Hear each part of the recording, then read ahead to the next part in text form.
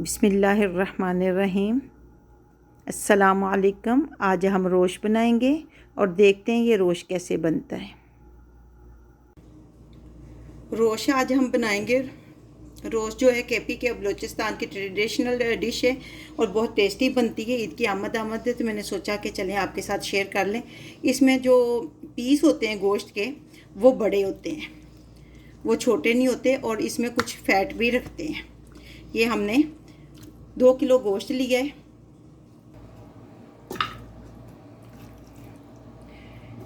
इसको दम देकर भी बनाते हैं, यानी देचकी को दम देकर उसको सील करके हल्की आंच पे भी बनाते हैं और कुकर में भी। हम कुकर में बनाएंगे ताकि इजीली और जल्दी बन जाए।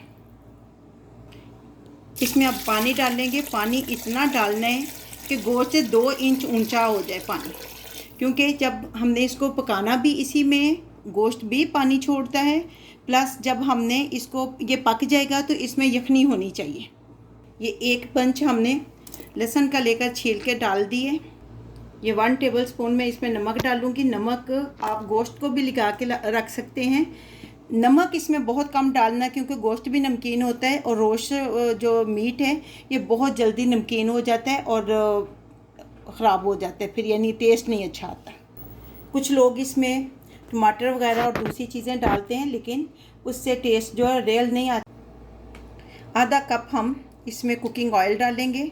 चाहें तो आप फ़ैट जो है यानी चर्बी ज़्यादा डाल दें और इसमें कुकिंग ऑयल ना डालें, लेकिन हमने कुकिंग ऑयल डालना था इसलिए हमने फ़ैट कम डाली है। अब हम कुकर को बंद कर देंगे। कुकर को हमने बंद कर दिया है। जब सीटी पहली लगेगी उस वक़्त से 35 से 40 मिनट तक हम ये मीट पकता रहेगा, यानी कुकर में मीट पकता रहेगा। जब पहली सीटी आनी है उस वक़्त आपने हिसाब रखना है, 35 से 40 मिनट तक आपने पकाना है।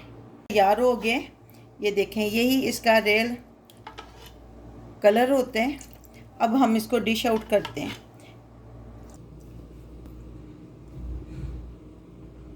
ये लें जी, रोश बनकर तैयार है। ये देखें, ये जो रोगन है यानी चिकनाई, यही इसकी असल होती है। कुछ हमने ऑयल डाला था, कुछ फ़ैट के साथ, और ये बहुत अच्छा गल गया। ये अगर अलग करना चाहें तो ये देखें, बोन्स अलग जल्दी हो जाती हैं।